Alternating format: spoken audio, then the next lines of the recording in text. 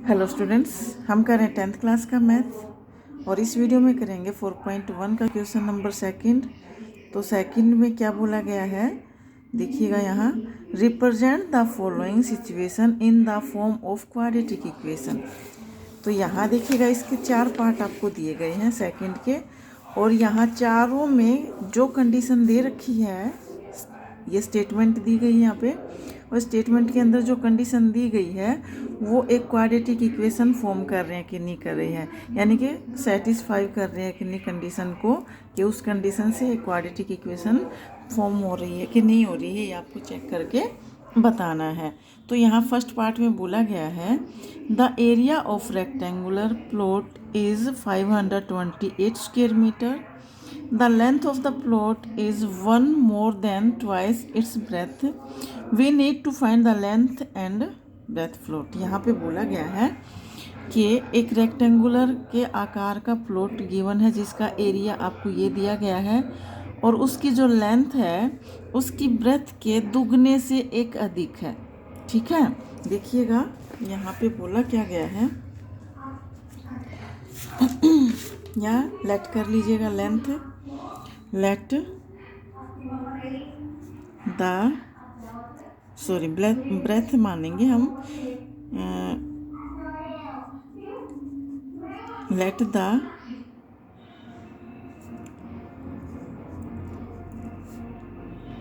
Rectangular plot है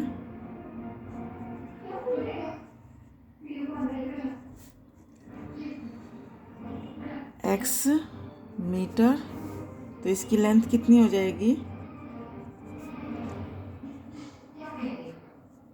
length इसके दुगने से एक अधिक बोला गया है, दुगने से, इसका दुगना ये हो गया 2x और दुगने से एक अधिक ये लेंथ होगी।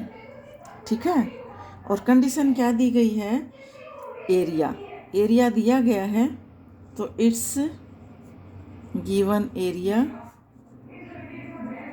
कितना है 528 स्क्वायर मीटर। एरिया किसके इक्वल होता है, L इंटू बी के, लेंथ इंटू ब्रेथ के, और ये आपको दी गई है कितनी, लेंथ कितनी है, ये है, ब्रेथ ये है 528। तो इसको क्या करेंगे, देखिए x को यहाँ मल्टीप्लाई करूँगी, 2x के साथ मल्टीप्लाई करूँगी तो क्या हो जाएगा 2x स्क्वायर, 1 के साथ करूँगी तो x इज इक्वल टू 528। अब इसको इस तरफ ले आया, 2x स्क्वायर प्लस में x और माइनस का, ये इधर आके माइनस का हो जाएगी वैल्यू 528, इधर 0। तो क्या है, ये क्वाड्रेटिक इक्वेशन है कि नहीं है। मैंने क्या बोला था, एक टर्म क्या होगी स्क्वायर में होगी तो वो आपकी क्वाड्रेटिक इक्वेशन कहलाएगी। ठीक है ना, तो गिवन इक्वेशन क्या है, this is a quadratic equation.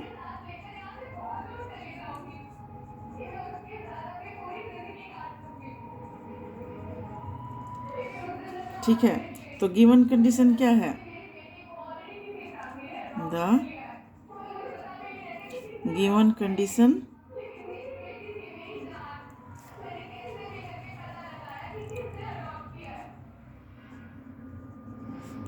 Is satisfy.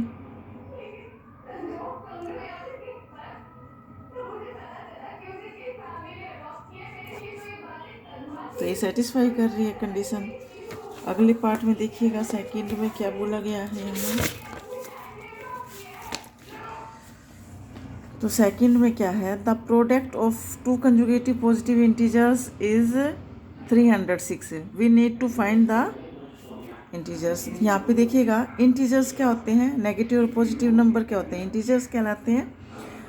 To consecutive positive integer, यहाँ पे पॉजिटिव इंटीजर्स आपको लेने हैं, यानी कि पॉजिटिव नंबर लेने हैं। कंजुगेटिव का मतलब होता है कंटिन्यू नंबर। ठीक है ना, हाँ जी, जैसे 3 के आगे 4 4 या 10 से आगे 11 12 13 ऐसे कंटिन्यू नंबर आपको लेने हैं। अगर मैं एक नंबर, सेकेंड पार्ट में है, अगर मैं एक नंबर ले लूँ x, तो दूसरा नंबर क्या हो जाएगा, x+1 हो जाएगा। ठीक है ना, तो यहाँ पे लेट 2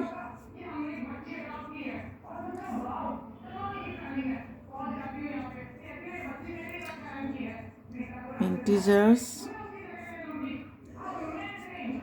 आर, अगर एक एक्स लूँगी मैं तो दूसरा क्या हो जाएगा x+1। कंजुगेटिव का मतलब होता है लगातार नंबर, ठीक है, हो गया। तो कंडीशन क्या दी गई है अकॉर्डिंग टू क्वेश्चन? कंडीशन दी गई है इन दोनों नंबरों की जो प्रोडक्ट है वो कितना है, 306 गिवन है। तो देखिएगा x को यहाँ मल्टीप्लाई करूँगी तो x² प्लस में x इज इक्वल टू में 306। तो ये क्या हो गया, एक क्वाड्रेटिक इक्वेशन फॉर्म हो रही है कि नहीं हो रही है? इसको इधर ले आइएगा, इधर माइनस का 306 हो जाएगा is equal to 0। This is a quadratic equation. तो यहाँ भी गिवन कंडीशन क्या हो रही है, सेटिस्फाई हो रही है। तो लिख दिए हैं condition are given condition is satisfied. तो थर्ड में यहाँ पे क्या बोला गया है देखिएगा। थर्ड में Rohan's mother's is 26 year older than him. The product of their age is 3 year from now will be 360। we would like to find Rohan's present age. तो यहाँ पे देखिएगा रोहन्स मदर्स इज 26 और ओल्डर देन हिम। यहाँ पे रोहन की मदर जो है रोहन से 26 ईयर बड़ी है और 3 ईयर एगो, देखो यहाँ पे 3 ईयर फ्रॉम नाउ। आपको यहाँ ये ना पता चले कि आगे का लेना है कि पीछे का लेना है। तो यहाँ देखिएगा विल कहाँ यूज होता है, फ्यूचर में यूज होता है। विल कहाँ यूज होता है, फ्यूचर में, ठीक है ना। और डिड और हैड, अगर यहाँ पे वॉज मिले, डिड मिले, हैड मिले तो पास्ट की बात हो रही है। अगर विल सैली कुछ मिले तो फ्यूचर की बात हो रही है। तो यानी कि 3 साल आगे की एज, ठीक है ना। मान लो प्रेजेंट एज रोहन की x है, उसकी माँ की x+26 है। तो 3 साल बाद, मतलब कि 3 साल बाद कितनी होगी, 3 साल की आगे। तो 3 साल ऐड करेंगे, 3 साल आगे x+3 हो जाएगी रोहन की एज, और x+26 में 3 ऐड करेंगे तो x+29 मदर की एज हो जाएगी। और उन दोनों की जो प्रोडक्ट है वो दे रखी है 360। तो देखिएगा यहाँ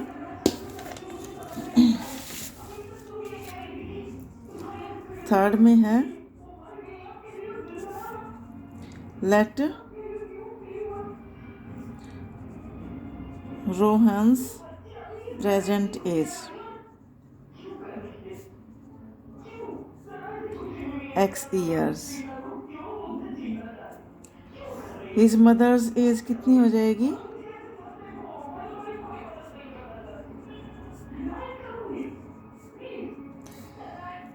x+26 ईयर बड़ी है इससे, ये मदर्स की एज हो गई।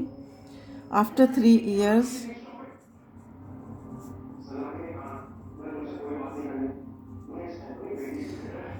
रोहन्स एज क्या हो जाएगी, x+3, 3 साल बढ़ गई ना। और मदर्स एज हो जाएगी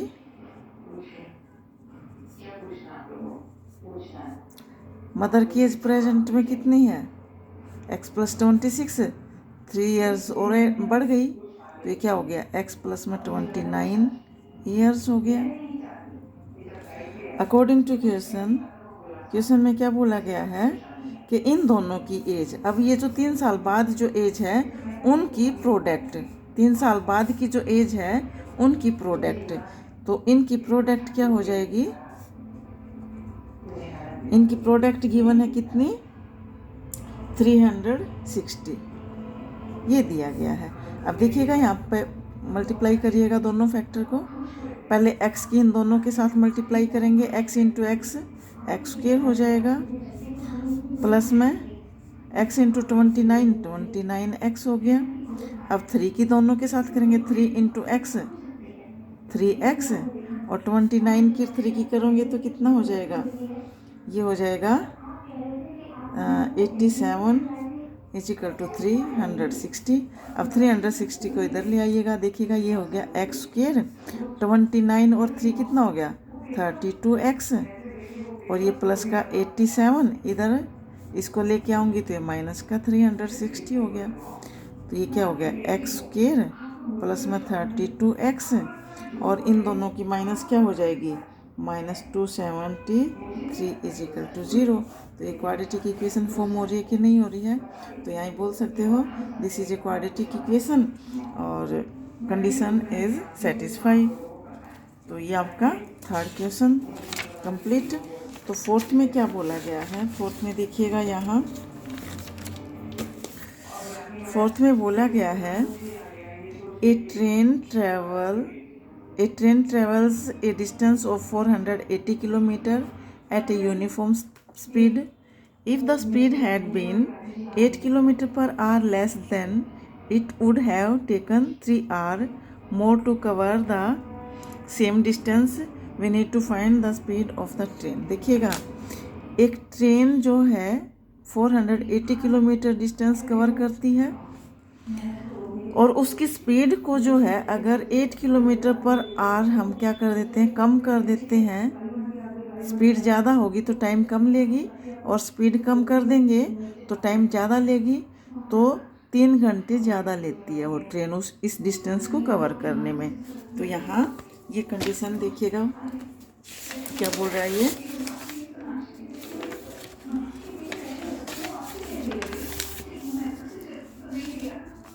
ये फोर्थ पार्ट है इसका। तो यहाँ पे लिखिएगा let the speed of the train x km/h। चाल हमेशा किस में होती है, चाल की यूनिट हमेशा km/घंटा होती है ना, हाँ जी। और देन टाइम टेकन, जब चाल ये है, मान लो ट्रेन की स्पीड जो है x km/h है, तो टाइम टेकन होगा, then time taken to cover 480 kilometre.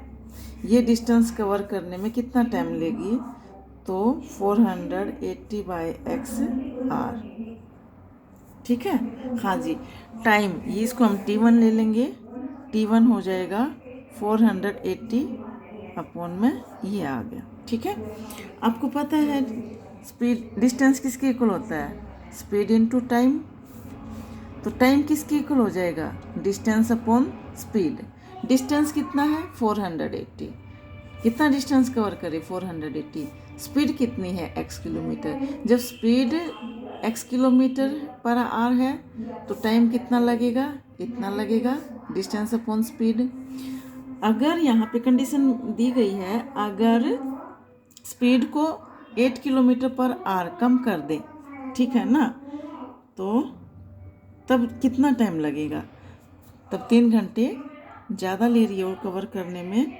तो यहाँ पे इफ़ द स्पीड डिक्रीज, कम हो रही है ना, डिक्रीज्ड बाय 8 km/h, प्रत्येक घंटा, ये तो रफ काम है आपका। यदि स्पीड को हम 8 km/h कम कर दें, ठीक है, देन टाइम टेकन, तब कितना टाइम लेगा, time taken to cover same distance, कितना 480 किलोमीटर। तो कितना लेगी 480। तो अब स्पीड कितनी हो जाएगी, स्पीड स्पीड कितनी थी x किलोमीटर, कम कितना कर रहे हैं हम 8 km/h, तो x माइनस में 8 हो जाएगा। तो यहाँ पे t2 कितना आ जाएगा 480 बाय में x माइनस में 8, यानी कि अब सेम डिस्टेंस तो सेम ही है ना, सिर्फ स्पीड ही चेंज हुई है। स्पीड हमने कितना कर दी, कम कर दी, ठीक है ना, स्पीड कम होगी। तो यहाँ पे कंडीशन दी गई है अकॉर्डिंग टू क्वेश्चन। कंडीशन क्या है, जब स्पीड जो है x km/h की चाल से जब ट्रेन चल रही थी तो ये डिस्टेंस कवर करने में उसको इतना टाइम लगा, और जब हमने क्या किया, स्पीड को 8 km/h कम कर दिया तो इतना टाइम लगा। तो ये बोल रहा है कि इस चाल से चल रही है ट्रेन, तब इस टाइम से 3 घंटे ज़्यादा लिए हैं इसने, ठीक है ना। तो इसका मतलब क्या हो गया, इन दोनों के टाइम में कितना डिफरेंस है, इन दोनों के टाइम में, यानी कि ज़्यादा टाइम यहाँ पे ज़्यादा टाइम ले रही है, कम चाल से चल रही है तो टाइम ज़्यादा ले रही है ये डिस्टेंस कवर करने में। तो इसका मतलब T2 माइनस में इन दोनों का डिफरेंस कितना है, T2 माइनस में T1, यानी कि 3 घंटे ज़्यादा ले रही है। तो इन दोनों का डिफरेंस कितना है समय का, 3 घंटे है। तो ये हो जाएगा क्या, 480 x माइनस में 8 T2 माइनस में T1 कितना है 480/x। तो इन दोनों की समय में कितना डिफरेंस है, 3 घंटे का, यानी कि 3 घंटे ज़्यादा ले रही है ना ये, जब चाल कम कर रही है 8 किलोमीटर पर आवर। तो ये इन दोनों के इतना समय में डिफरेंस है। तो यहाँ पे अब इसको सोल्व करिएगा, तो सोल्व करेंगे हम, ये हो जाएगा, नीचे एलसीएम आएगा, एलसीएम कितना हो जाएगा, x इंटू में x माइनस में 8। अब यहाँ पे x यहाँ पे मल्टीप्लाई होगा और ये यहाँ पे मल्टीप्लाई होगा, क्रॉस मल्टीप्लाई करिएगा तो ये हो जाएगा 480 इंटू एक्स, और ये हो जाएगा माइनस का 480 इंटू में x माइनस में 8 इक्वल में 3 है। अब ये इधर ले आइएगा तो ये क्या हो जाएगा 480x माइनस में अंदर मल्टीप्लाई करो 480 को इंटू में x, तो ये हो जाएगा माइनस माइनस क्या हो गया प्लस हो जाएगी, और इसकी मल्टीप्लाई करूँगी तो कितना आएगा 8 की और इसकी 0 का 0, 8 8 64, 8 चौक 32, 32 और 6 38, और इधर आ जाएगा ये 3 इंटू में x, अंदर मल्टीप्लाई कर दो इसको भी, x स्क्वायर माइनस में 8x, ये हो गया, x के साथ करा तो x स्क्वायर, 8 के साथ करा तो 8x हो गया। अब देखिएगा ये प्लस की वैल्यू ये माइनस की कट हो गई, और ये आ गया आपके पास, ये 3 से कैंसिल हो रहा है, इसको कर दो, 3 एकम 3, 3 दूनी 6 और 3 आठे 24, ये 1280 आ गया। ठीक है, तो ये क्या हो गया, एक क्वाड्रेटिक इक्वेशन नहीं फॉर्म हो रही है क्या, देखिएगा इन दोनों को एक तरफ कर दो, इधर ये बचा x स्क्वायर माइनस का 8x, इसको भी इस तरफ ले आओ, इधर ये प्लस का इधर माइनस का हो जाएगा इक्वल में 0। तो क्या है, ये क्वाड्रेटिक इक्वेशन फॉर्म नहीं हो रही है, तो आप बोल सकते हो this is a quadratic equation given condition is satisfied. तो ये आपका जो है सेकंड क्वेश्चन कंप्लीट हो गया। आपको यही बताना था कि गिवन कंडीशन सेटिस्फाई हो रही है कि नहीं हो रही है, क्वाड्रेटिक इक्वेशन फॉर्म हो रही है कि नहीं हो रही है। तो ये सारी की सारी कंडीशन क्या है, सेटिस्फाई हो रही हैं, सब में क्वाड्रेटिक इक्वेशन फॉर्म हो रही है। तो इसके साथ आपकी फर्स्ट एक्सरसाइज कंप्लीट होगी है। Thank you very much. अगर वीडियो पसंद आ रही है तो लाइक करिएगा, चैनल को प्लीज़ सब्सक्राइब कर लीजिएगा, और बाकी का करेंगे नेक्स्ट वीडियो में। अगर कोई प्रॉब्लम है तो प्लीज़ कमेंट करके बताइएगा, हम सॉल्व करेंगे। Thank you very much.